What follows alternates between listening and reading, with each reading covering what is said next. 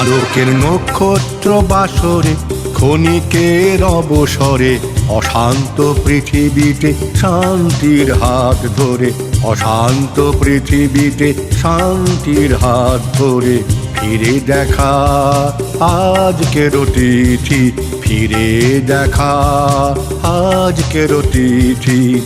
আলোকের নক্ষত্র বাসরে ক্ষণিকের অবসরে অশান্ত পৃথিবীতে শান্তির হাত ধরে, অশান্ত পৃথিবীতে শান্তির হাত ধরে ফিরে দেখা আজকের তিথি, ফিরে দেখা আজকের তিথি।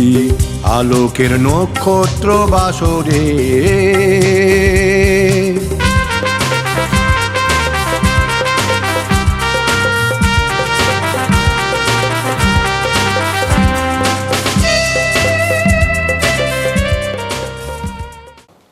আচ্ছা দর্শক বন্ধু, আমরা চলে এসেছি এমআরএ নন্দিনী ভট্টাচার্য মহাশয়ের কাছে, যিনি মেন্স ফোরামের কর্ণধার অর্থাৎ প্রেসিডেন্ট।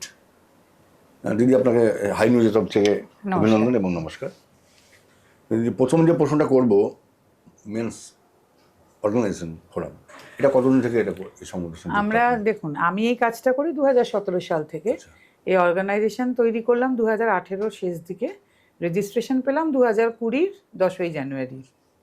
সেটাই আমরা ফাউন্ডেশন ডে হিসেবে পালন করি। সাথেও দেখতে দেখতে হয়ে গেল অনেক দিন হয়ে গেল। এটার উদ্যোক্তা এবং যে প্রতিষ্ঠাতা হিসাবে কাকে আমরা? আমি প্রতিষ্ঠা শুরু করেছিলাম, আমার সঙ্গে অনেকে ছিলেন, সেটা বাড়তে বাড়তে আজকে আরো অনেক বেশি হয়েছে। তো মানে বলছি যে এই যে ধরুন এখন যে আমাদের পুরুষতান্ত্রিক ব্যবস্থা, এখানে আপনি পুরুষের পাশে এবং পুরুষের আপনি পক্ষে কথা বলেন, এটা তো একটা বিষয়। দেখুন, এটা একটা এমন কথা যেটা আমি আগেও বহুবার বলেছি। সবাই আপনারা একটা ভুল করেন। পুরুষতান্ত্রিক সমাজ ব্যবস্থা বলতে পুরুষের কিন্তু তাতে খুব ভূমিকা নেই। আর এই পুরুষতান্ত্রিক সমাজ ব্যবস্থার সবচাইতে বড় শিকার কিন্তু পুরুষ মানুষ। কারণ এই পুরুষতন্ত্রই শিখিয়েছে পুরুষ কাঁদতে পারে না, পুরুষের কোনো দুঃখ হয় না, পুরুষের কোনো অসুবিধা নেই, পুরুষের কিছুর প্রয়োজন নেই, পুরুষের কোনো আইনের দরকার নেই, অর্থাৎ পুরুষের সব আছে।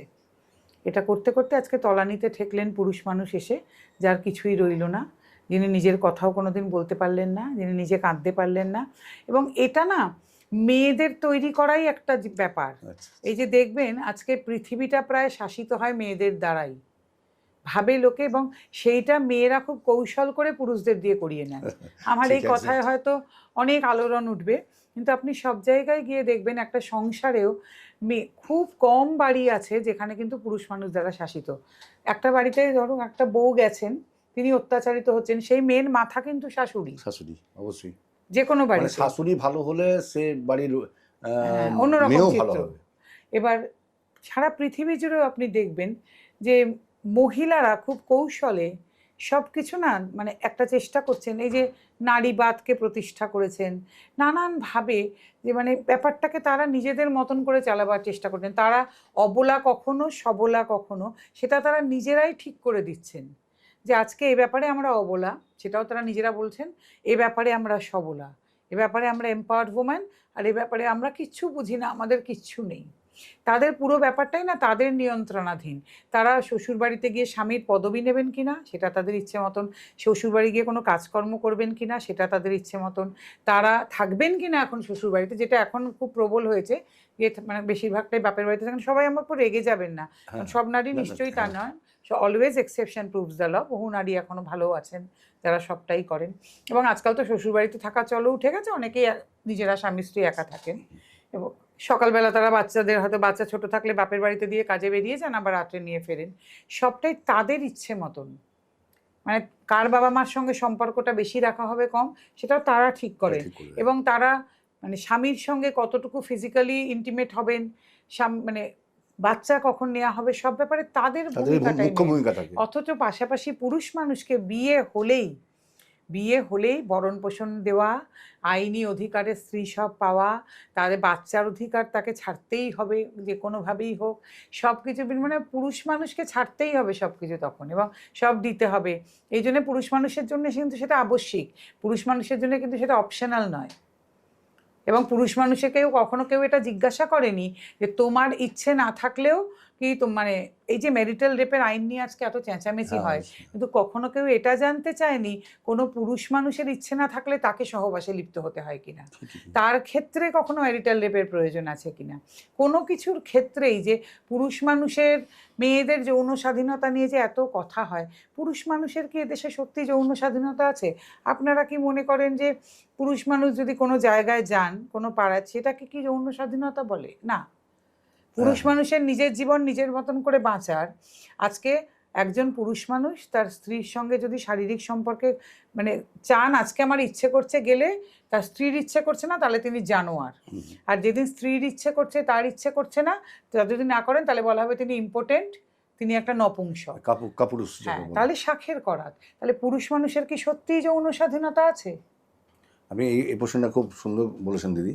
তো আমি একটা কথা জিজ্ঞেস করছি যে আজকে যে এই যে আমাদের ভারতবর্ষের তথা পশ্চিমবাংলার যে আইনি ব্যবস্থা, আমি ভারতবর্ষকে বলেই বলছি, ধরুন সবটাই কিন্তু মেয়েদের পক্ষে, নারীদের পক্ষে না। এখন চিৎকার হচ্ছে নারী ক্ষমতায়ন, নারীর বাক স্বাধীনতা, মানে নারী যেন সব জায়গায় বিপদে পড়ে থাকে, পুরুষদের যেখানে মানে আসামির কাঠগড়ায় দাঁড় করানো হয়। তো এই ব্যাপারটা দেখুন, নারী ক্ষমতায়ন বলুন, নারীর এম্পাওয়ারমেন্ট বলুন, নারী স্বাধীনতা বলুন, সেটা কিন্তু ছোট জামা কাপড় পরা, সিগারেট খাওয়া, ড্রিঙ্ক করা, জামা কাপড় খুলে রিল বানানোর মধ্যে নয়। সেগুলো তারা করছেন, তা নিয়ে কিছু বলা নেই, কিন্তু নারী স্বাধীনতা কাকে বলে জানেন? এরকম বহু নারী আছেন যারা হয়তো জীবনে পড়াশোনাটাও করতে পারেননি, যারা হয়তো বাইরে বেরোতে পারেননি, যারা নিজের ইচ্ছে মতো একটা কিছু করার ইচ্ছে ছিল করতে পারেননি, তিনি যখন এই সব অসুবিধে সত্ত্বেও তার মেয়েটিকে সেগুলো করাতে পারছেন, তার মেয়েটিকে হয়তো সেই ইচ্ছে মতো পড়াশোনা করাতে পারলেন, জীবনে প্রতিষ্ঠা করে দিতে পারলেন, ওই অনেক বাধা সত্ত্বেও, সেই নারীটির কিন্তু সত্যিকারের এম্পাওয়ার্ড ওম্যান। তার ক্ষেত্রে কিন্তু স্বাধীনতা প্রকাশ ঘটল, তিনি কিন্তু বলতে পারেন আমার ক্ষমতায়ন হয়েছে, আমি এম্পাওয়ার্ড ওম্যান। এম্পাওয়ার্ড ওম্যানের সংজ্ঞা কিন্তু ওটা নয়। এম্পাওয়ার্ড ওম্যান আমাদের দেশে বহু আছেন, এবং তার জন্য কিন্তু বড় বড় বিজ্ঞানী, ডাক্তার, এসব কিছু হওয়ার দরকার নেই। হয়তো আপনার বাড়ির কাজের মেয়েটিও এম্পাওয়ার্ড ওম্যান, যিনি নিজে পড়াশোনা করতেই পারেননি, কিন্তু 10টা বাড়ি কাজ করে যিনি কিন্তু তার মেয়েকে হয়তো কেউ বলতে পারে হয়তো স্কুলের টিচার বানিয়ে দিয়েছেন, তার মেয়েটিও হয়তো ইঞ্জিনিয়ারিং পড়ছেন। আমি নিজে জানি এরকম, আমি জানি এরকম মেয়েদের, যারা নিজেরা হয়তো বাড়ি বাড়ি ঘুরে লোককে ফিজিওথেরাপি করান, লোককে মাসাজ করান, ভদ্রমহিলাদের, তার মেয়েটিকে তিনি ইঞ্জিনিয়ারিং পড়তে ভর্তি করেছেন, এবং সে সঠিকভাবে পড়ছে এবং হয়ে যাচ্ছে সেকেন্ড ইয়ার, থার্ড ইয়ার, এবং সে বলছে যে মেয়ে একটা ভালো চাকরি পেলেই আমি খুশি, আর কিছু আমি চাই না, আমার কাজটা আমি ছাড়বো না। তিনি হচ্ছেন এম্পাওয়ার্ড ওম্যান। এটা বুঝতে হবে আমাদের যে এম্পাওয়ারমেন্ট কাকে বলে, এটা আমাদের জানা দরকার। এক্সাক্ট একদম। আমি যদি একটা প্রসঙ্গ টেনে নিয়ে আসছি এখানে, আমরা কিছুদিন আগে দেখলাম আরজি করে একটা ঘটনা ঘটে গেছে, আপনার ডাক্তারকে সেখানে রেপ করে মেরে দেওয়া হয়েছে। এটা কিন্তু পুরুষদের দ্বারা এটা হয়েছে। আজ পর্যন্ত সেই মেয়েটি কোনো সুবিচার পায়নি। তাহলে আপনারা কেন বলেন না তার আগের বছর যাদবপুরে একটি ছেলেকে ওই একই ডেটে, সেখানেও রেপ হয়েছিল, সেখানেও ছেলেটি মারা গেছে, সেও পড়তে এসেছিল অনেক স্বপ্ন আর আশা নিয়ে। তাহলে শিক্ষাক্ষেত্রে, কর্মক্ষেত্রে, যেখানে মানুষ সবচেয়ে নিরাপদ থাকার কথা, সেই দুটি জায়গাতেই এরকম একটি পুরুষ এবং একটি নারী, এবং সে তখনও পুরো পুরুষ হয়ে ওঠেনি, দুটি মানুষ চলে গেলেন, তার কি বিচার হয়েছে কোনো? তাহলে আমরা সেই বিচারের কথাও আমরা শুধু নারীর, তাহলে এটা নিয়ে, এবং আমি তো খুব মনে করি এখানে যারা নারী অধিকারের জন্য লড়াই করলেন তারা অনেক বেশি বড় কাজ করলেন, কারণ তারা এরকম একটা সংগঠিত আন্দোলন করতে পারলেন। আমরা যারা পুরুষের জন্য কাজ করি আমরা করতে পারলাম না, সেটা আমাদের ফেলিয়ার। এবং সেই ছেলেটির জন্য তো কোনো বিচার হলো না, তার তো বাবা মার কোল শূন্য হলো, তার জন্য বিচার হলো না। তো নজরুল বলে গেছে নারী পুরুষ সমান সমান, কিন্তু নারীরা এখানে বেশি আইনি সহায়তা পায়, পুরুষরা কিন্তু সেক্ষেত্রে পায় না। হয়নি, কারণ আমাদের পুরুষের অনেক ভূমিকা আছে। পুরুষরা সবসময় ভাবছেন আমরা রবিনহুড, আমরা কর্তা, আমরা সেই পুরুষতান্ত্রিক সমাজেরই কিন্তু ফল, যে ভাবছেন আমাদের তো বেশিরভাগ পুরুষ স্বীকার করতেই লজ্জা পান যে তারা পিছিয়ে যাচ্ছেন, তাদের জন্য কিছু আইন নেই, তারা অসুবিধার মধ্যে আছেন। এবং আমার তো এটা কখনো কখনো মনে হয় যে আমাদের যারা কর্তা ব্যক্তি, দণ্ডমুণ্ডের, তারা তো মাথায় বসে আছেন সবাই পুরুষ, তারাও বোধহয় লজ্জা পান এটা বলতে যে আমাদের জন্য কিছু নেই। মানে যারা বসে আছেন আইন মানে মাথার উপরে, লোকসভায়, পার্লামেন্টে, সব জায়গায়, যে আমাদের জন্য কিছু নেই, আমাদের জন্য কিছু হওয়া দরকার, সেটা হলে কি ওনারা মনে করেন ওনারা ছোট হয়ে যাচ্ছেন, মানে ওনাদের ইগোতে লাগছে? কিন্তু ওনারা বুঝতে পারছেন না ওনারা বড্ড ভলনারেবল, ওনারা যে কোনো সময় শিকার হতে পারেন, এবং হচ্ছেনও তো আকছার। কাজে ওনাদেরও তো একটু শিক্ষা হওয়া দরকার। এবং মুশকিলটা হচ্ছে কি বলুন তো, আসলে আমাদের দেশের 10 কি 15% পুরুষ মানুষের হাতে না সব ক্ষমতা বলুন, টাকা পয়সা বলুন, প্রতিপত্তি বলুন, এবং তারা সব কিছু করে নিতে পারেন। তার ফলে তারা মনে করছেন এটা তো কোনো ব্যাপার না, আমার যদি এরকম হয় আমি তো বেরিয়ে যাব। কিন্তু বাকি 85% পুরুষের তো সেটা নয়, তাদের জীবনগুলো শেষ হয়ে যাচ্ছে। ঠিক যেরকম 30 থেকে 45% নারী সমস্ত সুবিধা নিয়ে বেরিয়ে যাচ্ছেন, বাকি যে পড়ে আছেন নারীরা তাদের কিন্তু কিচ্ছু হচ্ছে না। তারা কোনো আইনের সাহায্য পাচ্ছেন না, কোনো আলো তাদের মুখে নেই, তারা যেতিমিরে সেতিমিরেই। তাদের জন্য কিন্তু এসব কিচ্ছু নেই, তাদের কোনো আইন কানুন হয় না। তারা যেতিমিরে পড়েছিলেন, কোর্টেও ঘুরে বেড়াচ্ছেন, অকথ্য অত্যাচারও হয়ে যাচ্ছে, মারধরও খেয়ে যাচ্ছেন, চূড়ান্ত ইয়ের শিকার হয়ে যাচ্ছেন। তারাও তেমনি কিছু পাচ্ছেন না। এই ডিসপ্যারিটি কিন্তু দুটো জায়গাতে সমান সমান। দর্শক বন্ধু, আমরা রয়েছি আমাদের বিশিষ্ট সমাজসেবী এমআরএ নন্দিনী ভট্টাচার্যের সঙ্গে। দিদি, পরের প্রশ্নে যাবো আমরা এখন রাস্তাঘাটে দেখছি প্রায় মেয়েরা কি বলবো, সিগারেট খাচ্ছে, ড্রিঙ্ক করছে ওপেনলি। মেয়েদের ড্রেসেও তেমন আবরণ কিন্তু নেই, সেই ড্রেস দেখে পুরুষরা আকৃষ্ট হতেই পারে। এই ব্যাপারে যদি পুরুষ কোনো মেয়ের প্রতি আকৃষ্ট হয়ে কোনো কিছু করে ফেলে, তাহলে যে দোষটা কি মেয়ের না পুরুষের? দেখুন, এখানে একটা অদ্ভুত বিষয় সবসময় দেখি, আপনি যা খুশি পড়বেন, আপনার তাতে কোনো প্রবলেম নেই, আপনি তা যেদিন তাকাবেন তার দোষ। তাহলে আমি সেখানে একটা খুব সহজ সমাধানে এসেছি যে আপনি নিশ্চয়ই যা খুশি পড়ে বেরোতে পারেন, আপনার স্বাধীনতা, তেমনি যিনি তাকাবেন সেটাও কিন্তু তার স্বাধীনতা, তাকে আপনি কিন্তু কিছু বলতে পারেন। আপনার যেমন পড়ার স্বাধীনতা আছে, তার দেখার স্বাধীনতা রয়েছে, তার দেখার স্বাধীনতা। আপনি কিন্তু তাকে এই জন্য বলতে পারেন না আপনি আমার দিকে তাকাবেন না, এরকম কোনো হুলিয়া আপনি কখনো জারি করতে পারেন না। আপনি যা খুশি পড়ে বেরোন না, সেটা তো আপনার স্বাধীনতা, কিন্তু যিনি তাকাবেন সেটাও কিন্তু তার স্বাধীনতা। তিনি কিভাবে আপনার দিকে তাকাবেন এটা কিন্তু আপনি ডিসাইড করে দিতে পারেন না, কখনো ডিসাইড করতে পারেন। এবং তাকে দেখে, আপনাকে দেখে উনি কিরম ধরনের মন্তব্য করবেন এটাও কিন্তু আপনি ডিসাইড করে দিতে পারেন না, কারণ সেটা তার বিচার বুদ্ধি অনুযায়ী তিনি করবেন। অবশ্যই এটা আপনার কোনো এখতিয়ার নেই বলার। না, আমি কিন্তু একটা প্রশ্নে যাচ্ছি যে আজকে যে আমরা দেখেছি আগের দিনে মেয়েরা ঘুমটা টানা মেয়ে, আমি সেটাকেও সমর্থন করছি না, এখন যুগ জামানা চেঞ্জ হয়ে গেছে, মেয়েরা কি বড্ড বেশি স্বাধীনতা পেয়ে গেছে না? এটা কি স্বাধীনতা বলে কিনা জানি না, তবে আমার মাঝে মাঝে শুধু এটা মনে হয়, যে সমস্ত পোশাকে আমি দেখি ওনাদেরকে, যে আমার শুধু মনে হয় ওনারা কি বাড়ি থেকেই এটা পরে বেরোন, নাকি রাস্তাঘাটে কোথাও চেঞ্জ করে নেন, কারণ ওনাদেরও তো বাড়িতে বাবা মা নিশ্চয়ই আছেন, তারা তাহলে আইদার কিছু বলে না, তাহলে তো প্যারেন্টিং এরও একটা মস্ত গন্ডগোল। মানে আমি এটা ভাবি যে ওনারা কি রাস্তায় এটা চেঞ্জ করেন নাকি বাড়ি থেকেই এরকম ভাবে বেরোন, তাহলে তো আমার মনেই হয় যে ওনাদের প্যারেন্টিং এর মধ্যেও একটা বড় গন্ডগোল। এবং বাড়ি থেকে যখন এগুলোতে বানা করা হয় না, তখন তো সেখানে একটা অন্য বড় উঠেই পড়ে প্রশ্ন বড়। দিদি, আমরা এরপরে প্রশ্নে যাব যে আমাদের যে আমি দেখছি আপনার এখানে অনেক রকম পোস্টার রয়েছে, করোনাকালে পুরুষ কি বেশি মানসিক চাপের শিকার হচ্ছে, তারপরে ক্যান্সারের মৃত্যু বেশি পুরুষের, বাড়ছে স্তন ক্যান্সারের ঝুঁকিও। তো আমি দেখছি বেশিরভাগই পোস্টার আপনার পুরুষদেরকে নিয়ে, আপনি একটা ভালো জায়গা নিয়েছেন। পুরুষরা কি এই সমাজের, যারা আপনি বললেন যে নিজেকে কর্তা মনে করে এবং নিজেকে অভিভাবক মনে করে, কিন্তু আসলে কি আমরা দেখছি কিন্তু পুরুষ কিন্তু অভিভাবক আদৌ নয়, আপনি বলেছেন। হ্যাঁ, আপনি ব্যাপারটা হচ্ছে ঢাল নেই তরোয়াল নেই, নিধিরাম সর্দার। পুরুষ ভাবে, মানে বহু পুরুষ এখনো মনে করে, এটা মানে আমার খুব লাগে, আমাকে দেখে অনেকে বহু পুরুষ আমায় কিন্তু বহু মহিলা অত্যন্ত ভালোবাসেন এবং সম্মান করেন, কিন্তু বহু পুরুষের আমাকে দেখলে অনেক সময় ভাবে এই কোথা থেকে কি আমাদের তো সব আছে, আমাদের এনার এত দালালির কি আছে। তো মুশকিলটা হচ্ছে ওনারা নিজেরাই জানেন না ওনাদের কি নেই। বহু পুরুষের কিন্তু এখনো বহু পুরুষের কিন্তু এখনো ধারণা ওনাদের জন্য সবকিছু আছে, আর নিজেরা বিপদে যতক্ষণ না পড়ছেন, ঘরে আগুন না লাগছে, কেউ কিন্তু বুঝতে পারছেন না কিছু নেই। যে এই পুরুষের অবস্থা ওটাই, ঢাল নেই তরোয়াল নেই, নিধিরাম সর্দার। ভাবছেন আমরা বিরাট কিছু, কিন্তু যে পুরুষ মানুষের যে ব্রেস্ট ক্যান্সার হলে সেটা যে ফ্যাটাল 2% হয়, কিন্তু হলে কিন্তু সেটা ফ্যাটাল, মৃত্যু মুখে পতিত হবেন। আর এই পুরুষ মানুষের কত রকম ক্যান্সার হয় সেটাই কেউ জানে না, কিছুই জানে, নিজেদের মানসিক স্বাস্থ্য নিয়ে কোনো কিছু জানেন ওনারা। পুরুষের মেন্টাল হেলথ নিয়ে চর্চাটা পৃথিবী জুড়ে এমন জায়গায় পৌঁছেছে, তাই নিয়ে বাইক র্যালি শুরু হয়েছে বহুদিন ধরে, চিৎকার করার পর সবাই, মানে বিদেশে এটা নিয়ে বিরাট চর্চা হচ্ছে। পুরুষ মানুষের শারীরিক যে, শুধু একটাই জানে প্রস্টেট ক্যান্সার, কে বলেছে ব্লাডার ক্যান্সার আছে, ব্রেস্ট ক্যান্সার পুরুষের হয়, নানান রকম ক্যান্সার আছে পুরুষ মানুষের, সেটা পুরুষ মানুষেরই হয়, শুধু মেয়েদের হয়ও না সেগুলো।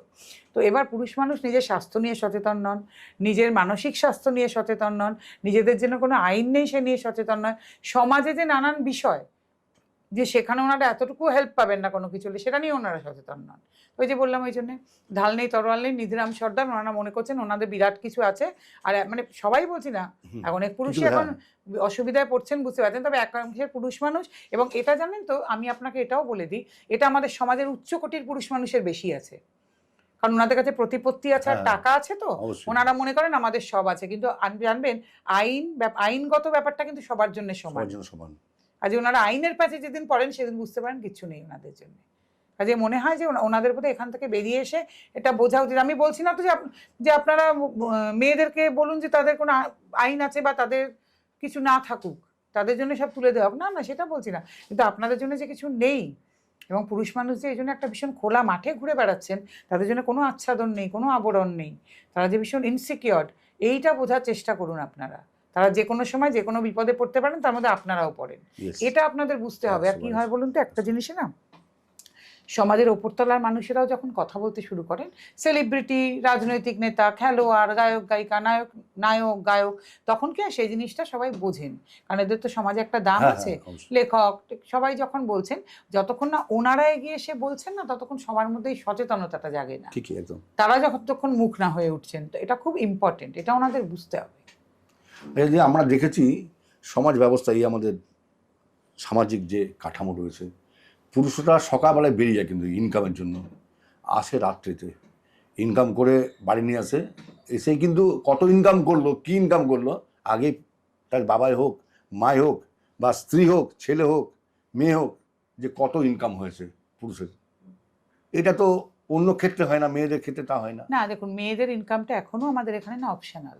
একটা মেয়ে যদি হঠাৎ চাকরি ছেড়ে দেবো মনে করে যে আমি আর কাল থেকে চাকরি করবো না, হোম মেকার হব, একটা মেয়ের জন্য এখনোই অপশনটা খোলা। মেয়েরা আমার উপর রাগ করতে পারেন, কিন্তু আপনারা নিজেরাও জানেন, অনেক বড় চাকরি করা মেয়েকেও আমি দেখেছি হঠাৎ মনে হয়েছে ওয়ান ফাইন মর্নিং আমি কাল থেকে ঘরে থাকবো, ছেলে মেয়েদের দেখবো, অপশনাল।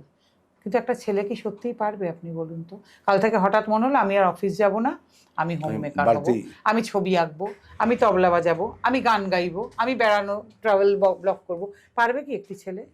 এটা মেয়েরা কিন্তু আপনারা স্বীকার করুন যে এটা আমাদের কাছে এখনো এই সুবিধাটা আছে, যে আমি কাল থেকে ভাবতেই পারি আমি আর কিছু করব না, আমি ঘরে শুয়েই থাকবো, শুধু পার্লারে যাব, শুয়ে থাকবো, এমনি বাড়িতে একটু রান্নাবান্না করব, মজা করব, এদিক ওদিক যাবো। কিন্তু ছেলেরা কি সত্যি এটা পারবেন? আজও আমাদের এখানে মেয়েদের রোজগারটা অপশনাল, কিন্তু এটা কিন্তু আনন্দের কথা নয়। আপনারা যদি সত্যি ইকুয়ালিটি চান, এটা আনন্দের কথা না, মেয়েদের রোজগারটাও কম্পালসারি হওয়া উচিত, তবেই কিন্তু সত্যিকারের এম্পাওয়ারমেন্ট আসবে, তবেই কিন্তু আমরা সমান হব।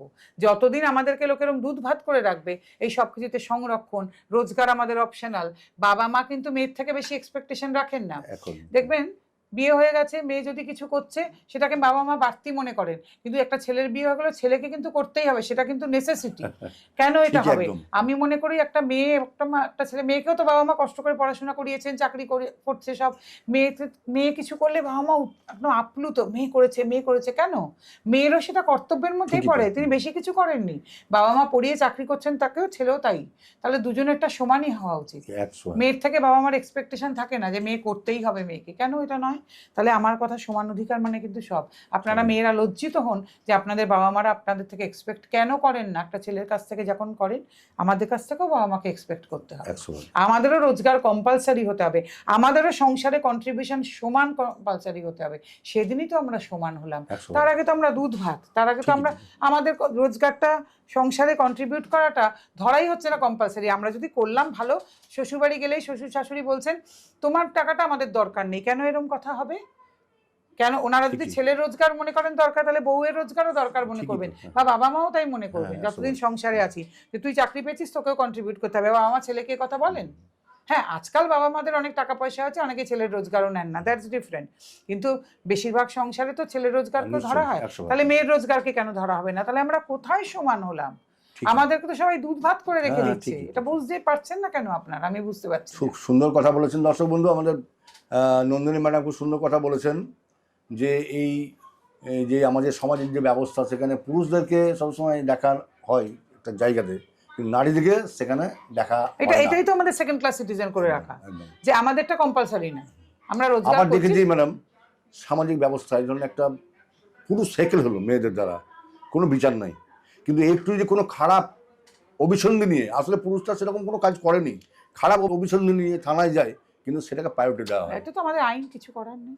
সঙ্গে সঙ্গে কিন্তু সেই মেয়েটা যদি বলে আমাকে রেপ করেছে পুরুষে, তাহলে কিন্তু ওটা এটা ধরা হয়। একটা পুরুষ মানুষের ক্ষেত্রে কি হয়, মানে একটা মেয়ে কিছু বললেই সেটা সত্যি, যতক্ষণ না সেটা মিথ্যে প্রমাণিত হচ্ছে। Yes, yes. একটি পুরুষ কিছু বললেই সেটা মিথ্যে, যতক্ষণ সেটা সত্যিটা প্রমাণিত না হচ্ছে। আবার সেই সত্যি প্রমাণিত হওয়ার পরে সেটা কেউ শুনতে চায় না, ভাবে বোধহয় সেট করেছে সবাইকে। অবশ্যই। কিন্তু একটি মেয়ে মিথ্যে বললেও সেটা প্রথমেই সত্যি ধরে নেওয়া হয়। এই জিনিসগুলো থেকে আমাদের বেরোতে হবে, যে মেয়েরা মানেই দেবী বা ঈশ্বরী নয়। মেয়ের মুখ থেকে কথা বেরোচ্ছে মানে, এই যে একটা কনসেপ্ট আছে না, একটা মেয়ে কি নিজের সম্বন্ধে এরকম বলতে পারে? অবশ্যই বলতে পারে, অবশ্যই বলতে পারে। এই জায়গাটায় আমাদের পৌঁছতে হবে যে একটি মেয়েও তার সমস্ত মানে লাজ লজ্জা আত্মসম্মান সম্ভ্রম বিসর্জন দিয়ে নিজের সম্বন্ধে মিথ্যা কথা বলতে পারে সুবিধা আদায় করার জন্য। অনেক মেয়ে সেটা করছেন, তার জন্য বাকি যে মেয়েরা রয়েছেন তাদের সম্ভ্রম নষ্ট হচ্ছে। তারা অনেক সময় সত্যি প্রতারিত হলেও অত্যাচারিত হলেও তাদের কথা কেউ বিশ্বাস আর করছেন না। এবং মেয়েরা আপনারা মেয়েদের সর্বনাশ করছেন, ছেলেদের কিছু হচ্ছে না। ছেলেদের তো আইনই নেই, ছেলেদের আর কি হবে? এটা মেয়েদের বুঝতে হবে। কিন্তু আমরা অনেক সময় দেখেছি ম্যাডাম, যে এই ছেলেরা একটা জিনিসকে স্ট্যান্ড করে, একটা সামাজিক একটা ব্যবস্থাকে এটা স্ট্যান্ড করার জন্য লড়াই করে, কিন্তু যে মুহূর্তে এই জিনিসটা স্ট্যান্ড হয়ে যাবে সেই মুহূর্তে আমরা দেখেছি পুরুষটা খুব সুস্থ পিছিয়ে আসে।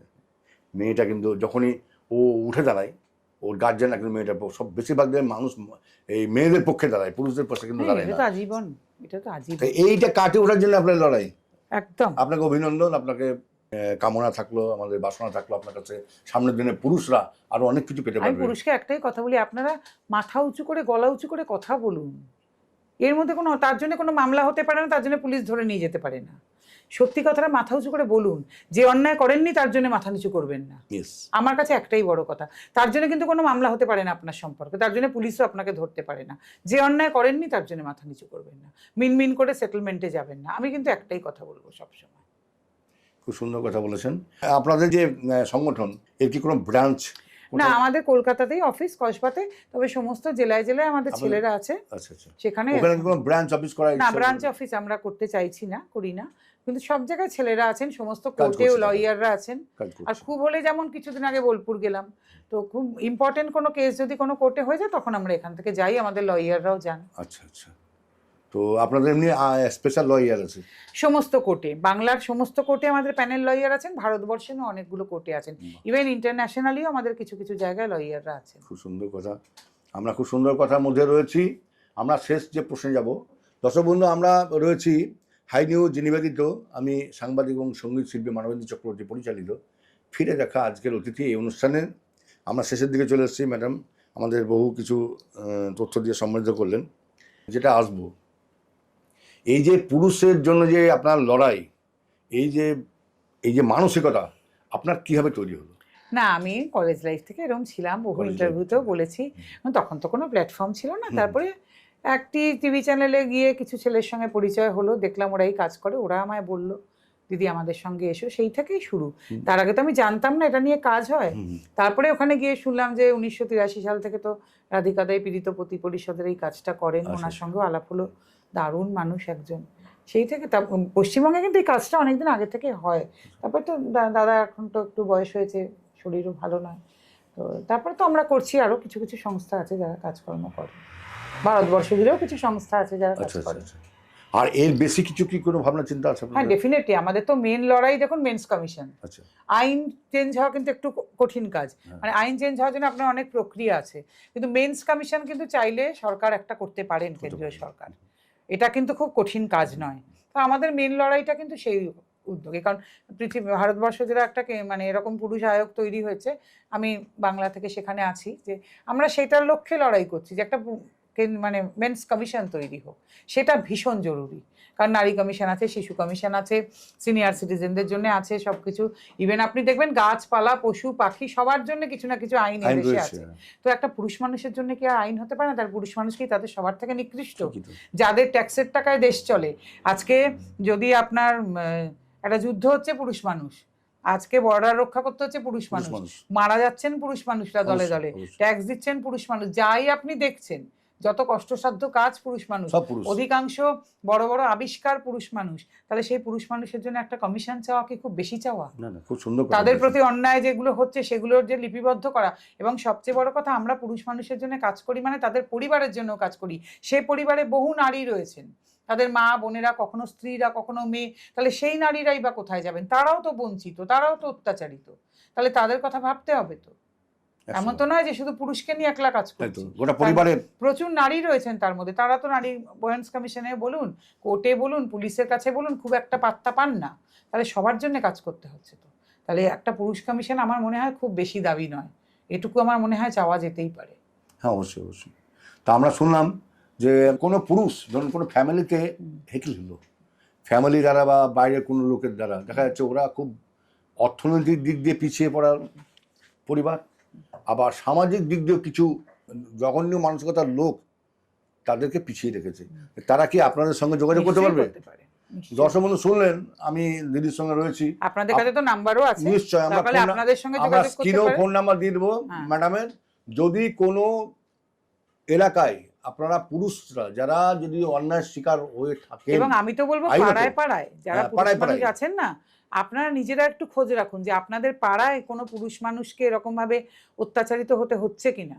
এই খোঁজগুলো গড়ে তুলুন। যেরকম মেয়েদের কিন্তু এরকম আছে, মেয়েরা খোঁজ খবর রাখেন, আপনারা পুরুষরাই চায়ের দোকানে বসেন, যে পাড়ায় পাড়ায় পুরুষ মানুষ এবং তাদের পরিবার এরকম অত্যাচারিত হচ্ছেন কিনা আমাদেরকে জানান, কোনো অসুবিধা নেই। আমরা কিন্তু বারবার এটা বলছি, এগুলো জানানো দরকার। অত পুরুষের পরিবার হয়তো শেষ হয়ে যাচ্ছেন, ছেলেটি আত্মহত্যা করছেন, তার হ্যাঁ, বাবা অবশ্যই, আত্মহত্যা অবশ্যই। করে কত নিচ্ছে, এরকম ঘটনা এটা না আমাদের দায়িত্বর মধ্যে পড়ে, বুঝেছেন? হয়তো সবাইকে পারবো না, হয়তো 10টা পরিবারকে বাঁচাতে পারবো, সেটাই বা কম কি।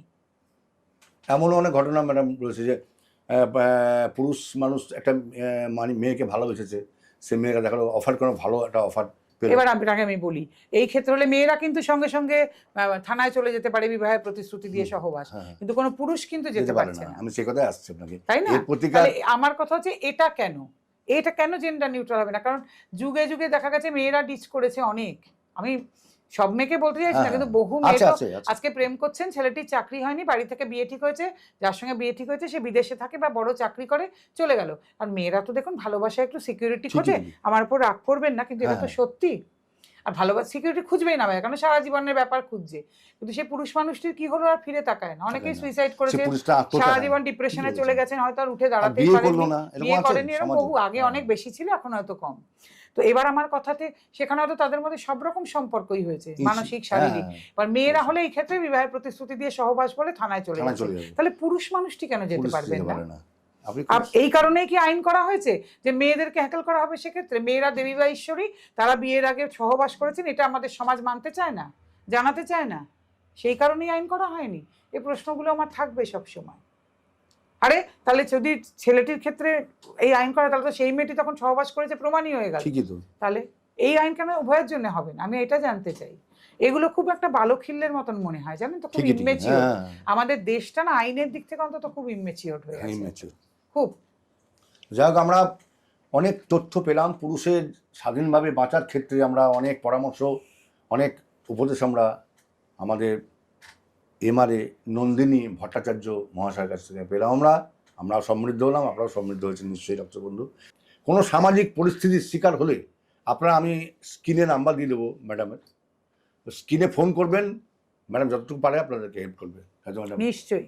তো আমরা রয়েছিলাম হাই নিউজ টেলিভিশন নিবেদিত, আমি সাংবাদিক এবং সঙ্গীত শিল্পী মানবেন্দ্র চক্রবর্তী পরিচালিত ফিরে দেখা আজকের অতিথি।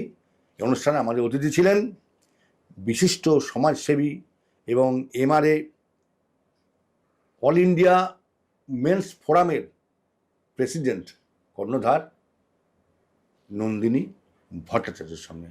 আমরা পরের অতিথি নিয়ে আবার ফিরে আসছি। আমরা ঠিক বিজ্ঞাপন বিরতির পরে আমরা ফিরে আসবো, আপনারা কোথাও যাবেন না, একটু অপেক্ষা করুন।